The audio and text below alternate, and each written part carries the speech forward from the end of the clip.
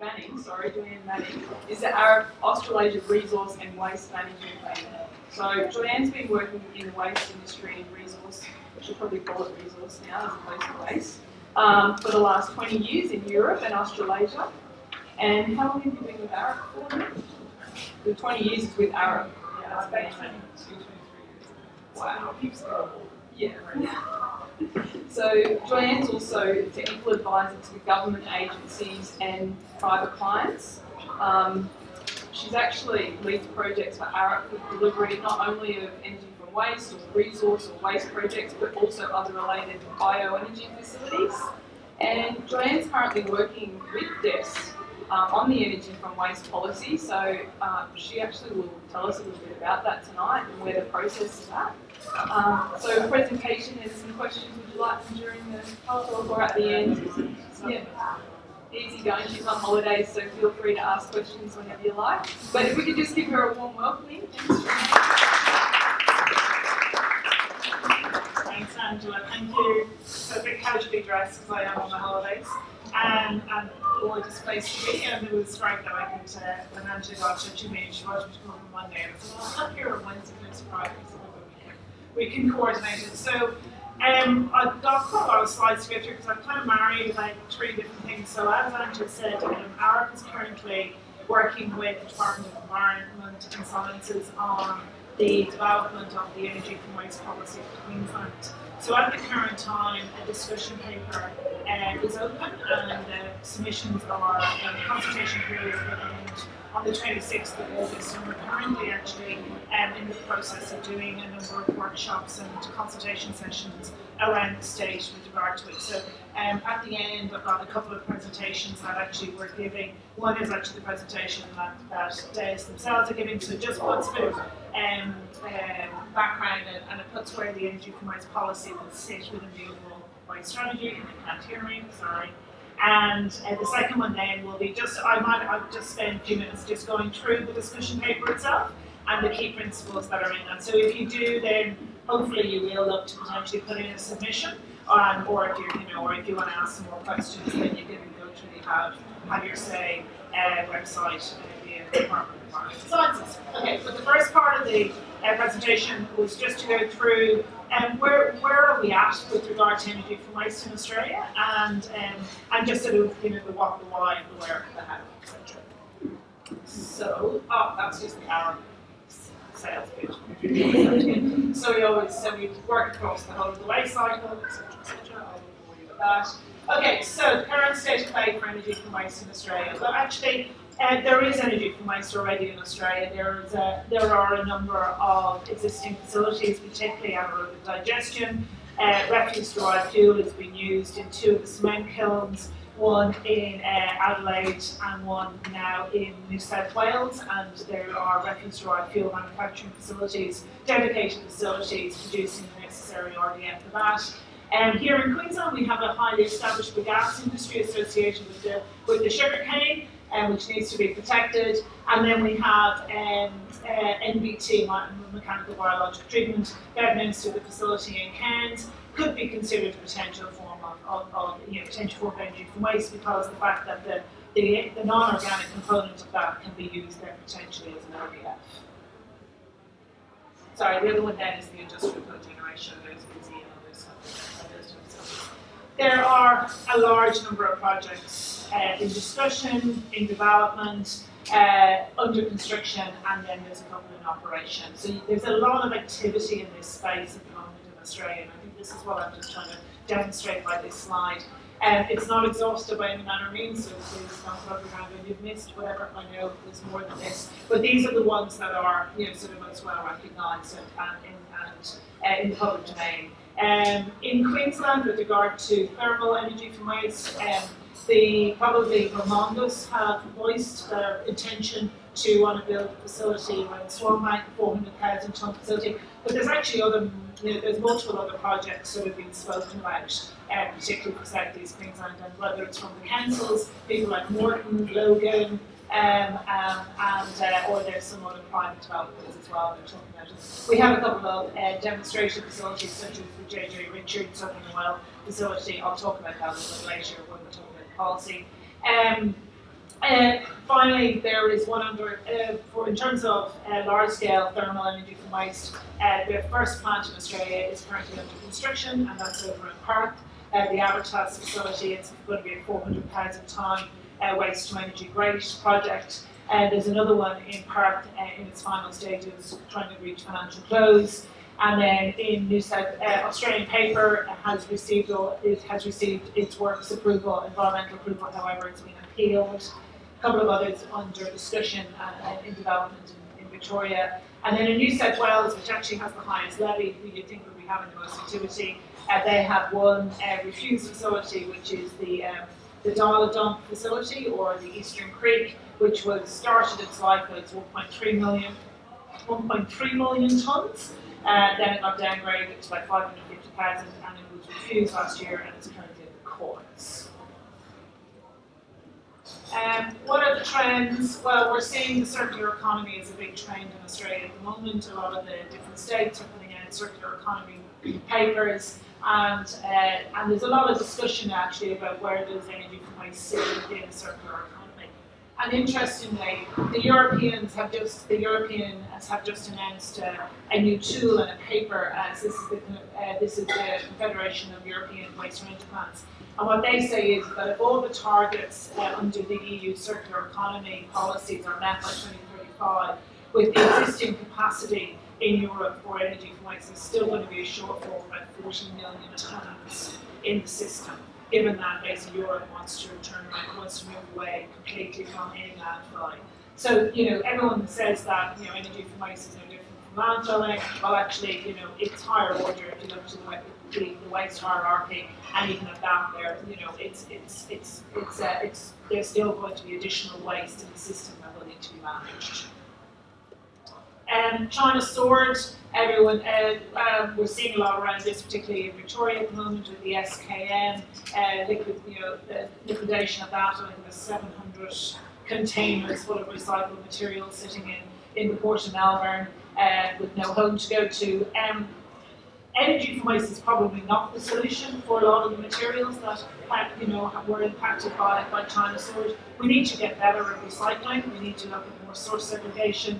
And we need to clean up our recyclate, and then we will actually be able to develop our own markets and have a sustainable business. Exporting a lot of our recycled material into Asia, in the longer term was actually we now know was not sustainable, but it was easier for us to do because rather than having to sort of undertake the processes here in Australia. We are seeing a number of states introduce higher resource recovery and diversion from landfill targets, and the other big driver is landfill levies are increasing, and now here in Queensland we have a levy, so it came in at $75 on the 1st of July, it will go to $80 next year. You're also seeing big changes, like in South Australia, the South Australian government, a month ago just announced they're putting it to $140, I think it's on the 1st of January. No consultation, nothing, mark the pen, that's what they're going to do. So and then there's a lot of discussion in Victoria whether they're going to do something with their levy as well. I think they'll see most of them. And then the other thing that we're seeing with regard to levies is that there's a lot of pressure on the federal government to align the levies, to try and sort of standardise them and potentially look at doing something across the whole country. And we're seeing a number of policy influencers and a number of papers. And at the moment, the activity in the last couple of years with regard to waste and a number of strategies, policies, discussion papers, etc., from every state is just mounting. And so from everything from circular economy to energy from waste to things like, in New South Wales, we have changes in terms of the resource recovery exemption for the MU being withdrawn, and then we're expecting a decision on that by the end of September, I believe. So there's a huge amount of government policy influencers happening. With regard to Queensland, we have the Queensland Waste Strategy, which was came into force on the 1st of July this year.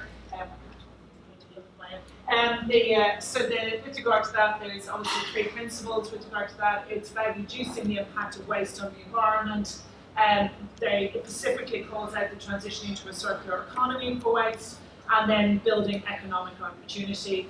And there's a number of different sort of strands associated with trying to achieve those three key principles. And there's specific targets have been set for each of the waste streams and overall for waste. And you'll see that there's interim targets as well, basically, essentially trying to what they call get to a zero waste society, which essentially means 90% overall diversion from landfill by 2050. Each of the streams has slightly different targets in terms of how to, whether it's a recycling target or a diversion from landfill target. So the interesting one is, for instance, for MSW, the overall figure is 90% diversion from landfill. However, the energy from waste, I'm trying to remember which one, I think it was 95 and 75, but you'll see for construction demolition waste that the diversion from landfill, the recycling target is higher than it will be for the others, because obviously C and D, there's the expectation that you can recycle more construction demolition waste. It looks at consideration of landfill alternatives for avoidable waste streams, and it specifically talks to developing an energy from waste policy. I'll talk to some of the other things about that later, and it's underpinned by this $100 million resource recovery industry development program. We worked with the Queensland government as well on the development of the strategy, tried to, at one stage it was kind of a lot of discussion whether it would include actual landfill bans, but it got sort of very back. So as we can see, there's momentum is building for a change across the country. So when we think of energy from waste, we have a number of technology options, but essentially a lot of it is really around extracting the embedded energy from the waste through different forms. With regard to thermal treatment processes, there are three main types of thermal treatments. Incineration is when you combust the waste with an excess air. It's the most common. It's the most proven. Gasification is when you basically combust the waste in partial air. It's very common in places like Japan, and there are some more facilities under construction and in early stage operation, particularly in the UK. Some of them have had some big difficulties getting to operational performance, but it was a drive the UK government had a few years ago. And then we have pyrolysis, which is where you're treating the waste in the absence of air. More common for source separated wastes. The holy grail is kind of pyrolysis for mixed waste. A lot of people have tried it, but there's not many people have actually managed to do it at a commercial scale. As I said, we have then, sort of the range of thermal technologies, and they range in sort of an order of maturity and demonstration. So, as I said, in terms of incineration, particularly things like fluidized bed and great incineration, really common, over 1,000, actually nearly 2,000 plants worldwide, and it's the one that, if you kind of went to the bank and said, this is what I have, most likely they go, okay, fine, we understand that technology, we understand what it does. It's the most robust. Gasification, then you've probably got 100 plus plants, as I said, predominantly in places like Japan and Korea. Then the pyrolysis is probably sitting in the middle. It is well proven for things like tires, for source separated organic waste, but the mixed waste is more difficult. Plasma gasification, there has been a couple of goes at this and a couple of big failures, particularly the Air Products plant in the UK a few years ago, which ended up, they built the first one, the main unit cracked. Before proving the first one, they started building the second one, and they ended up having to shut the whole thing down 2 weeks before Christmas, and they wrote down $1 billion with regard to it. There is a couple of plants in Canada claimed to be plasma gasification, but again, it's a difficult one to see whether there is actually any that are commercially proven. And then we've got some new and emerging technologies. People are all the time coming along and saying, "Oh, we've got the solution." So you're seeing a lot in that space. That's just a standard, basically just a standard incinerator. And then they come. This is what this picture is slides with. They kind of come in all shapes and sizes. This is one thing, particularly the larger scale ones. Some of them are look quite industrial, but then other ones have some really, really interesting architectural treatment. The one in the middle, the second one in, is the famous facility now in Copenhagen, which has the ski slope. I don't know whether any of you have seen any videos of that, but it's been designed to also incorporate the ski slope. But there's some other interesting ones. The second one in on the top, that's in the Isle of Man. Biological then treatment is really, with regard when it comes to for energy choices, it's really anaerobic digestion. There's two main types: there's wet and there's dry. In Australia, we have wet AD facilities, commercially proven, commercially operational. Often they and most commonly used, obviously, in the wastewater industry, but there are some specific ones for solid waste as well. Dry AD is not, there are no dry AD plants here in Australia, but dry AD is probably now the most common type of anaerobic digestion, particularly for the FOGO. So you'll see when you go to places like Germany, Denmark, you're seeing there's a couple of plants that have been built now in California. So it's where that source separated FOGO bin, and it's it works extremely well. Dry AD is very, very suitable for it.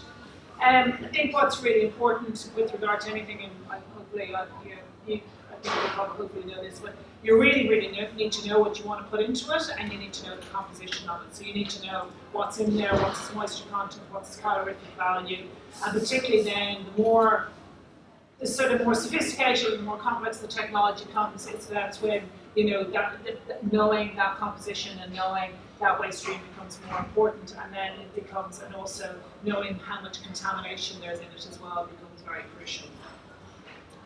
And then really understanding your technology and what you want to use and who can provide it. So who are the technology providers? Where are the reference plants to it? Where is it? Has it treated the type of waste that you're looking to use it for your technology? Because often we see this is that someone comes along with the technology and they go, I want to use X technology, and this is actually probably a good example. So the Maloof Dial facility in New South Wales, which was refused. So they proposed great incineration, absolutely, recognise, as I said, the most common thermal energy from waste technology in the world. However, the majority of the waste stream he was originally proposed for Fruit was of a construction and demolition stream, and it's not proven for that. So that was where sort of there was that gap. So no one questioned that sort of the technology wasn't sound. They just questioned whether that technology would be sound for the type of waste that he was looking to use it for. So it's really also really important that you don't just consider the availability of your waste today. You need to consider what's the potential availability of your waste in 20, 25 years' time. And this is one of the great things I think that the Queensland government has done in terms of the development of the strategy, and it's the first state to do one out to 2050, and it's given actually a really good roadmap of what their intention is in terms of what the recycling rates need to be and what the potential associated composition of that waste is going to be in order to meet those recycling rates. If we look to the other states, WA is out to 2030. New South Wales only ran on a 5-year basis. Victoria never actually had any targets or didn't have had to SWRP and things, and potentially didn't have sort of a long-term strategy. So so there's a lot of consultancies. This is what they do. They do waste forecasting. They look at potentially what are the disruptors, what are the potential changes in policy and regulation that can impact the availability of waste. You're seeing in WA actually for the Avitas facility, they would have sized it and designed the facility based on a 2-bin collection system primarily for the MSW. The new waste strategy has introduced basically a compulsory FOGO bin into the Perth metro area. So for that facility, they have to go back and first of all, they have to say, well, okay, how much waste are we going to have, and what's it going to do to the composition of that waste that we're proposing to put in, and how is the facility going to be able to manage that change composition, potentially a higher calorie value if you take a lot of the FOGO out, because it's usually as high, it's usually wetter and has a lower CV. Size and scale. This is Dublin, the Dublin facility. In Dublin Port, I actually was the project manager for all the planning and environmental EISs on that. It's a 600,000 tonne facility, size and scale, to essentially fulfil the needs for residual waste for Dublin, which is about a 1.5, 1.6 million population. And one of the things is that, like, again, the one in Sydney, which I referenced already, they came in at 1.3 million. So the first thing that the regulator says, well, demonstrate to us where there is 1.3 million tonnes of residual waste to feed this facility. So, and then, so if that's what I'm saying, consider the size and consider the scale. Because one of the biggest things that people target, objectives will target for the waste to energy plants, is that you're cannibalising higher order potential opportunity for those waste streams. So if you come up with a really, really big one, obviously people are going to say, well, it needs to be fed. So therefore, how are you going to demonstrate compliance and how you make sure you're not cannibalising higher order activities? As I said, consider changes and disruptors. Changing electricity price can be a big thing. A change in election, change in governments is something that is very common and can potentially change how people how the whole waste is going to be managed. I mean, there's a lot of talk at the moment. What would happen if the LNP get into Queensland? Would they revoke the levy next year? So that's something, there's and I know when I speak to people in industry at the moment, they're reticent to make a very, very large investment decision, based on that levy arbitrage in case that the levy is repealed next year. How do you make the projects more attractive and acceptable to the community? Because your social license to operate for any waste-related activity is absolutely critical.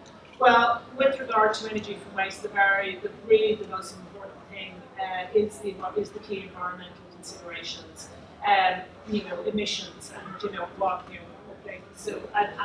demonstration that the emissions will meet global best practice standards, and they are not going to cause any environmental and human health harm.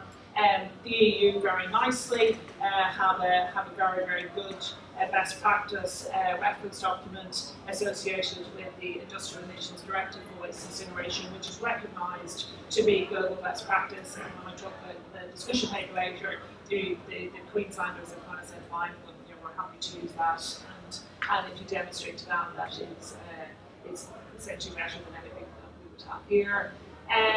You have to take time to engage early and inform stakeholders. So really have genuine engagement, not just sort of just a leaflet drop and on a website. There has to be multiple engagements, and again the discussion paper talks actually to this quite a lot.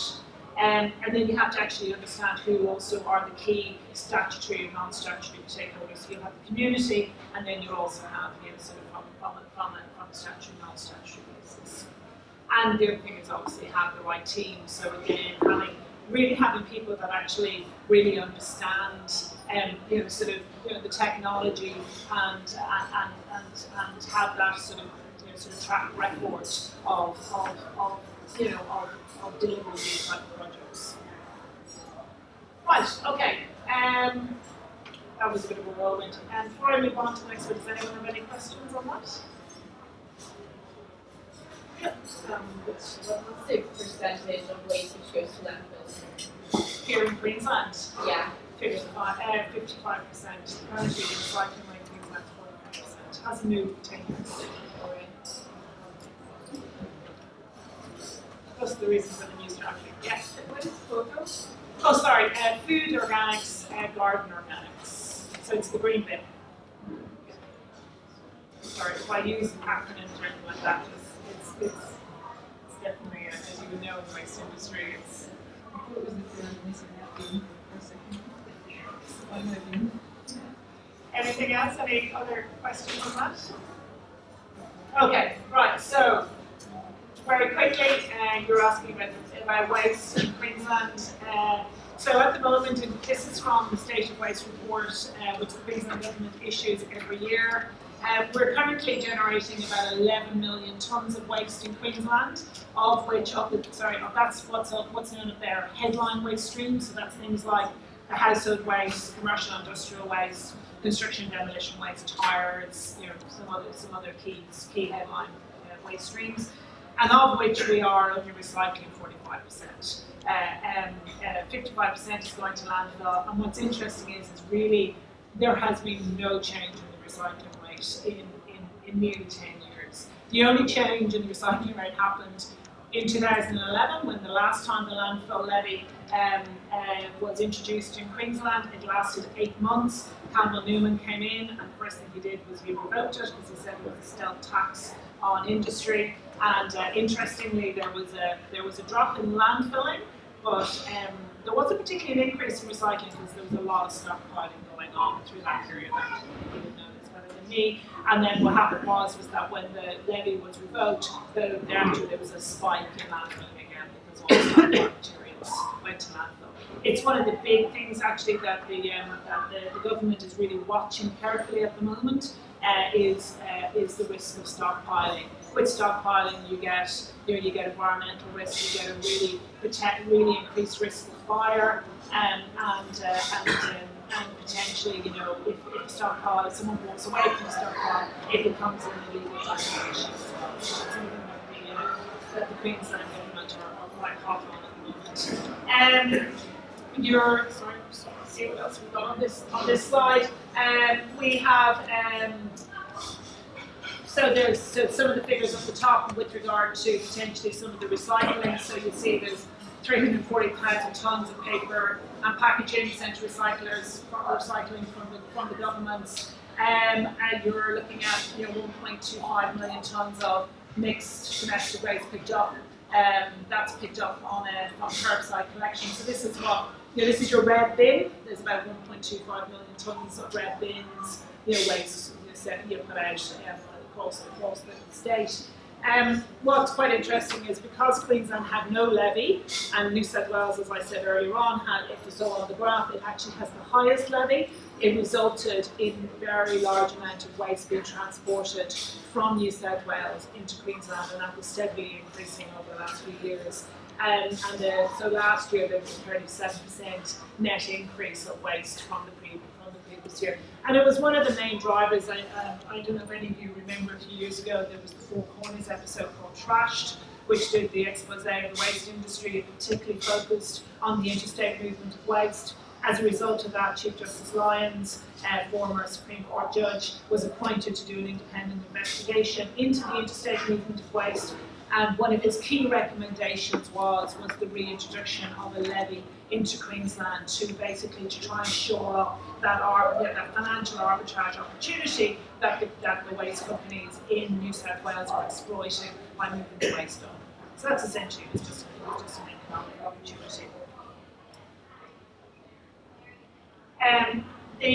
This was just in terms of the new waste strategy. As I mentioned there, we had the waste strategy in Queensland under the legislation actually had a requirement to be reviewed every 3 years. The waste strategy in 2014 was the last one. It was reviewed in 2017.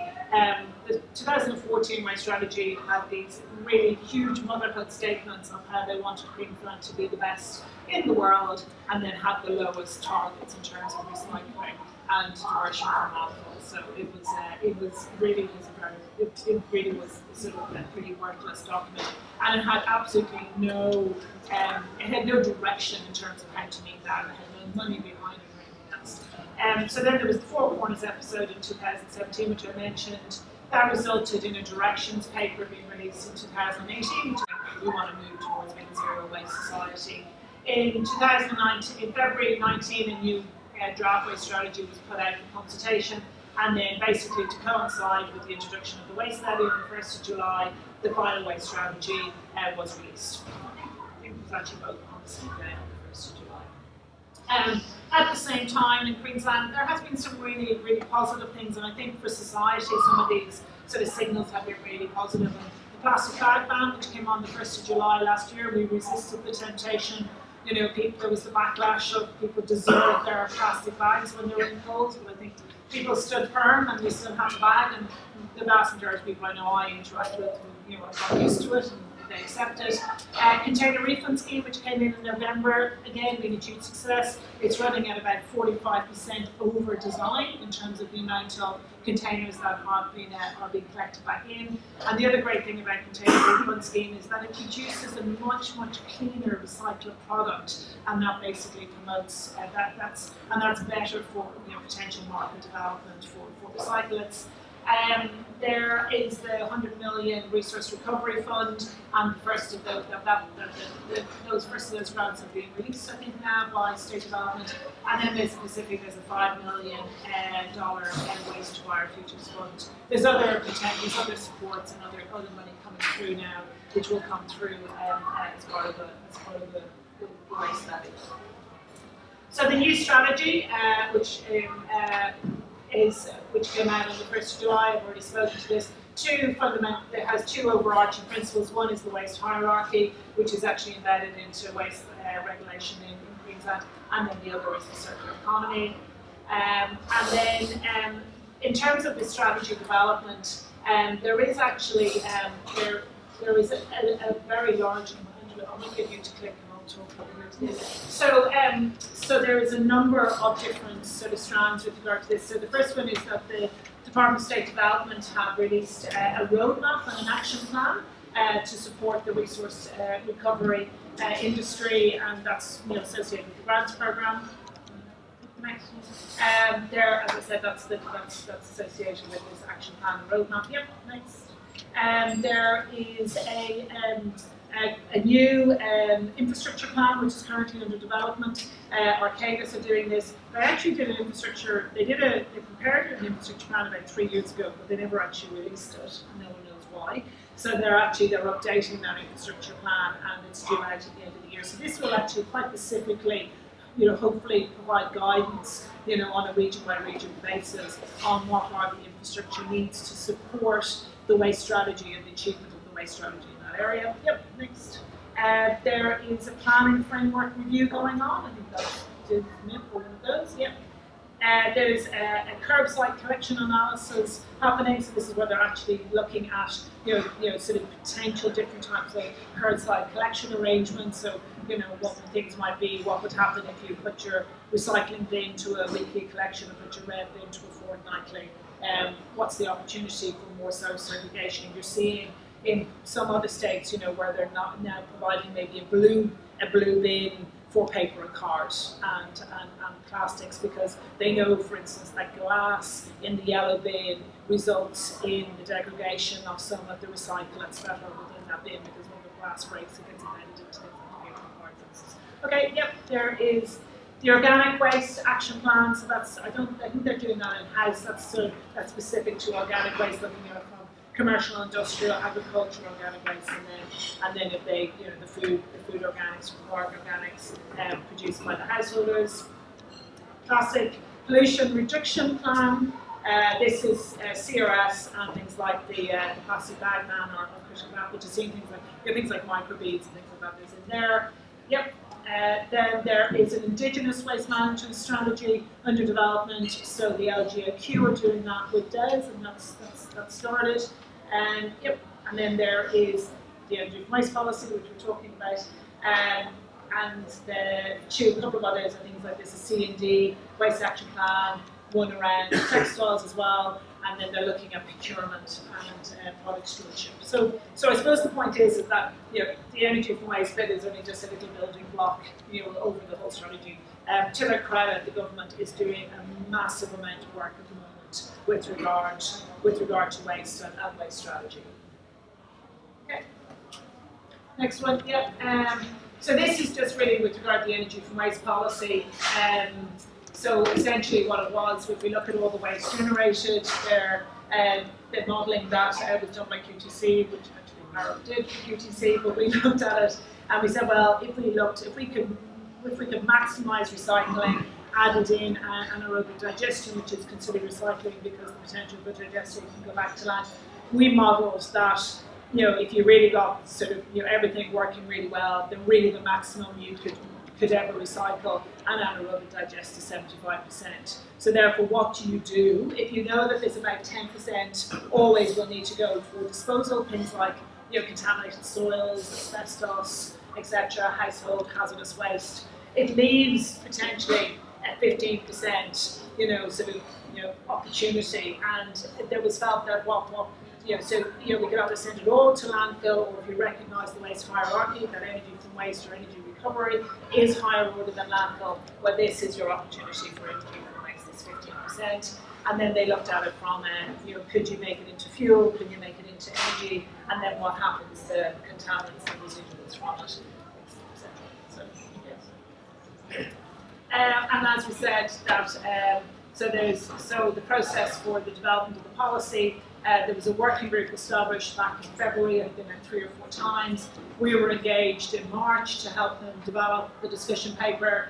The discussion paper was released in early July, just after the strategy actually and the levy, and that consultation will close on the 26th of July. And we're undertaking a number of workshops around the state, and then the intention, all things going well, is there will be a final energy from waste policy by the end of the year. Okay. Next one is just other states. Okay, so I was just going to then run through the policy, if that's if people would like me to do that, okay? Okay, so in terms of the waste hierarchy, if people are familiar with the waste hierarchy, so the waste hierarchy is the most sort of recognised essentially principle which nearly all waste policy across the world is underpinned by the waste hierarchy. So here in Australia, in Europe, etc. So what it does is essentially you avoid and you reduce waste in the first place, and then you try and reuse as much as you can. You can't reuse it directly, you try and recycle it. If you can't recycle it, then try and recover the embedded energy or recover energy from it, and then as a last choice, as the least preferable, you dispose of it. In terms of just back the slide. So what the Queensland government has said, essentially they're focusing for the energy from waste policy around this recycling and energy recovery to stages of the waste hierarchy. And so then the next slide there, what they're saying is that they consider the recycling to be the biological energy from waste. So this is where, because the fact that for biological streams you can recover the energy, but essentially you also produce a compost-like material or a digestate that can actually recycle. So therefore they're considering that recycling over sort of the more traditional thermal energy from waste. It was quite actually. It's probably the thing that's been debated most is whether actually anaerobic digestion and that sort of organic treatment should be in the policy or not. I think that's probably the most feedback we've had. A lot of people would like to see the energy from waste policy just really sort of refined just to thermal energy from waste, where you're producing either a biofuel or energy in the form of potentially a syngas or electricity.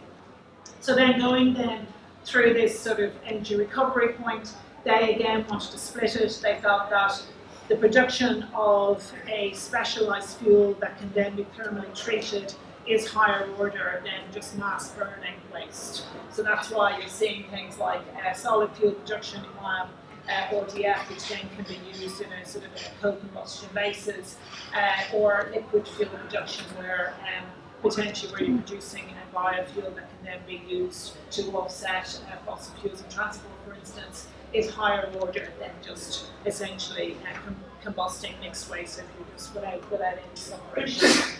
That's higher order than landfill gas capture because it's landfill gas capture is less efficient, and then disposal. So if you just want to burn stuff just to destruct it, really not having any intention to capture any of the energy from it, that is no different to disposing it. It's just you're reducing the quantity, reducing the volume. Okay. So again, this is a large-scale facility. We've already seen Dublin. I'm sure you've already that. Seen this one. This is what they will look like. RDF. Typically, these are RDF products. This is from tyres. this is a wood waste. This one here is a more traditional, what you see coming out of a commercial, dry commercial industrial waste that sort of goes through a Moria plant, full of plastic, and usually full of plastic. A lot of carpet, a lot of textiles in it. It can have some timbers, etc. And generally they end up in cement kilns or, sort of potentially coal in some other sort of coke, sort of industrial coal combustion facility. Next. Waste fuels, as I mentioned, this here on the left is actually JJ Richards' facility up in Gladstone, which is a demonstration facility. And this facility here on the right is a facility called Pearl Global, which is down in just on the edge of the Sunshine or the Gold Coast. They're taking tyres and they are using a pyrolysis type technology to produce, say, solvent type liquid, which they're then refining into a fuel, and they have char and they extract the metal, etc. This is anaerobic digestion, wet anaerobic digestion. No different to what you would see on a typical wastewater treatment plant. And then you're actually seeing, particularly in Europe at the moment, there's a lot of development in this space. This is small-scale energy from waste. These are, packaged energy from waste plants that potentially can get plugged onto the back of a supermarket, or you're getting mobile plant as well, so that potentially you'll go from place to place. And it's really important that policy not just is written just to deal with the big plants. It has to consider the small plants, the small-scale plants. I think this is particularly important in the Queensland scenario, because once you get into regional Queensland, we just, Southeast Queensland, is pretty similar to what you're going to get in Europe or in Asia and the States. But going to regional Queensland, you're much smaller populations, we have much more diverse and spread out populations, so that potentially we're going to be looking for mobile plant solutions or small-scale solutions. Yep. Okay, so what the energy waste policy discussion paper is proposing is it's going to be a risk-based framework, in terms of the consideration of the appropriateness of the proposal that you're doing, and essentially there's going to be 3 pathways. People don't like the term pathways and important streams, but people last week said, what pathway to what? So we couldn't come up with a better name at the time, so more pathways. So the first pathway is technologies that are established and operational already in Queensland. So these are things like the gas industry, and there are some industrial coal combustion facilities already happening in Queensland. So I suppose the point is that you don't want to put an extra onus sort of requirement on facilities that are quite happily operational in Queensland.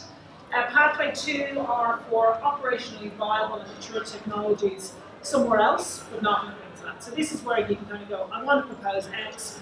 I can give you 3 or 4 reference plants or 50 reference plants in lots and lots of different places, and it just happened to happen here. So I can demonstrate my functionality of my facility through reference to another plant.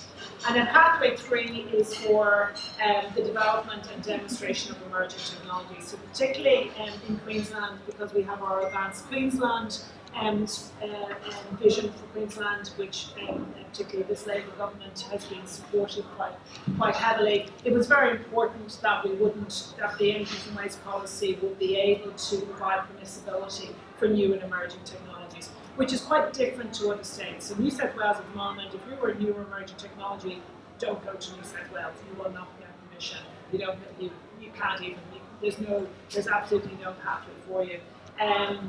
WA, it's sort of difficult.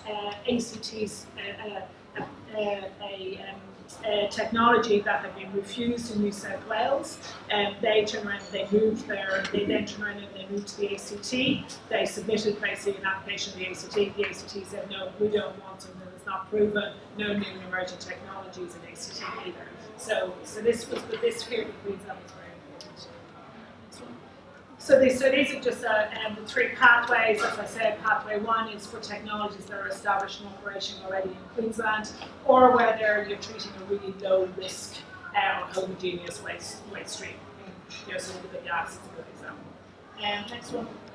As I said, pathway 2 is for operationally viable and mature technologies somewhere else, not in Queensland. And then pathway 3 then is this sort of sort of new and emerging. And I don't know if anyone's familiar with ARENA, has its technology readiness index, or it has a scale, and essentially, it's actually probably not 7 to 9. It's sort of 1 is a test tube on the bench, 9 is commercially viable. Essentially, what this pathway 3 is looking at plants and things that, or looking at technologies that are somewhere between 6 and 9. The likelihood is that it would be, if you got a permission under this pathway, it would probably be time barred. It would be waste type, limited, and quantity limited. And that was all learnings from other jurisdictions. Sort of canvassed other jurisdictions, and a lot of people said, make sure you time bar it, sort of it's a 3-year or 5-year, otherwise people would just keep tipping and they'll never do it. The other one they said is that it's useful to put a maximum quantity and associated with it, because again, people will, they won't move on any further unless you do things. Okay, next. The other next point is around safeguarding the waste hierarchy, which I showed you earlier. So what's very important, so what the Queensland Government says is that the Queensland Government must consistently apply the waste hierarchy. Regulation policy must ensure that any energy recovery does not undermine recycling, and that disposal does not undermine energy recovery. So that's really important. So it's not, so you can't make it easier to landfill than it is to do energy recovery. However, you don't want energy recovery taking a lot of potential waste that could have a higher order recycling or reuse. That in New South Wales at the moment, under their waste policy, under their energy from waste policy, they have very strict requirements of how much waste you can put to the energy from waste plant. There is no restriction at all of how much waste can go to landfill. So that's a good example of where essentially their policy potentially undermines energy from waste and promotes disposal over energy recovery. And the second one then is that energy recovery is only appropriate for residual waste that is not practically or economically viable to recycle. So the idea is that if you want to come with an application, you need to demonstrate in the application of the policy why is it a residual waste, and where and how come it's not practical to be doing any recycling to it. And then the composition of residual waste will change over time as recycling improves and Queensland transitions to a circular economy, and it needs to be designed to accommodate the change. So if you go in with again, if you're proposing a technology that's really, really tight constraints in terms of the types of waste that it can take, and we said, well, we can only take it from specifically this, and then, but however, that type of waste might potentially, have an opportunity, as markets develops, and there is potential, recycling can become more viable for it, but then obviously your plant, how are you going to get waste for that plant for the next 25 years? So it needs to also promote genuine energy recovery. So this is to be considered an energy recovery facility. It must meet a minimum energy recovery threshold, which is consistent with international best practice. At the moment, the proposal is to use the EU OR1, which is, in very simple terms, essentially says for a thermal energy from waste plant that is generating electricity, you need to have a minimum efficiency of 25%. So based on your calorific values, if you have 100 megawatts of calorific value coming in, you need to be able to convert a minimum of 25%, or you need to be getting a minimum of 25 megawatts out of the back end. It's more complex than that, and the OR1 factor can be influenced by climatic conditions and things like that. So, and it doesn't work really well for anaerobic digestion. It doesn't really work very well for making biofuels and heavy. It's so that one here is it's something that's getting a lot of discussion. Next, managing environmental impact. That Queensland should adopt international best practice standards and guidance for managing the environmental impacts for energy from waste technologies. The proposal is to adopt the EU best available technology standards for energy from waste plants, and also for anaerobic digestion plants. These documents set very stringent, not just air quality standards, but also they set it for so for water and for noise and for all the key environmental emissions. So therefore it's considered, that's what's been recommended. And then that planning, that Queensland needs a clear, consistent and well-informed assessment process for new waste technologies. So this is whether, this is, you know, how you want to plant, and then it's a case of, well, how do I actually go about, you know, applying for those? So actually providing some really clear direction with regard to, you know, depending on the size and the scale of the facility, do you potentially, is it a coordination project or is it through the councils, etc. And then community engagement, that components of energy from waste facilities must demonstrate that they have engaged appropriately and transparently in communities impacted by the proposed facilities. So the expectation is that, particularly with the community, there will be the need for, you know, sort of higher level of community engagement than that what would be potentially typical for, you know, for a planning application that, you know, normally happens in Queensland. I think probably the best corollary, which sort of some people said to me, it's what's required for wind farms. So it's sort of that level. Okay. It's a long one. Would anyone like to ask any questions? You can have a little sorry, Yeah. it's probably because we'll probably have photos. There's a lot of people trying to take photographs as well. I'm happy if people want a copy of the slides and then my email address and everything, so please feel free to throw questions after this. I know there's